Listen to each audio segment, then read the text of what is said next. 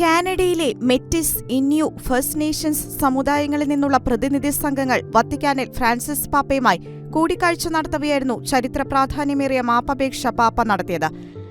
provo anche vergogna, ve l'ho detto, lo ripeto, provo vergogna.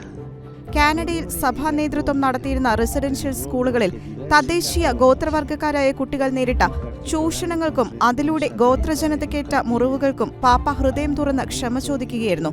ഗോത്രവംശജരായ കുട്ടികൾ residential സ്കൂളുകളിൽ അനുഭവിച്ച സമ്മർദ്ദങ്ങളുടെയും സംഘർഷങ്ങളുടെയും വിവരണങ്ങൾ ഗോത്രജനതയിൽ നിന്ന് നേരിട്ട് കേട്ട ശേഷമായിരുന്നു പാപ്പയുടെ മാപ്പപേക്ഷ.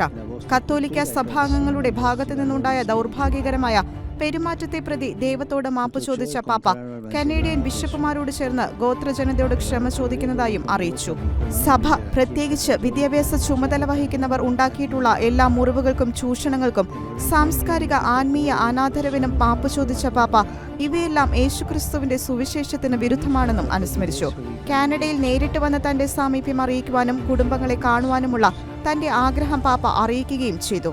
ഈ വർഷം വിശുദ്ധ അന്നയുടെ തിരുനാൾ ദിനത്തിൽ കാനഡയിലായിരിക്കാൻ അവസരം ലഭിക്കുമെന്ന് പ്രതീക്ഷിക്കുന്നതായും പാപ്പ വ്യക്തമാക്കി. മുറിവുകളിൽ നിന്ന് സൗഖ്യം നേടാനുള്ള യാത്രയിൽ ക്ഷമയുടെ പ്രാധാന്യം കത്തോലിക്കർ ഏറെ വിലമതിക്കുന്നതാണെന്നും പാപ്പയുടെ ക്ഷമാപണത്തെ സ്വാഗതം ചെയ്യുന്നുവെന്നും കനേഡിയൻ ബിഷപ്സ് കോൺഫറൻസും പ്രതികരിച്ചു.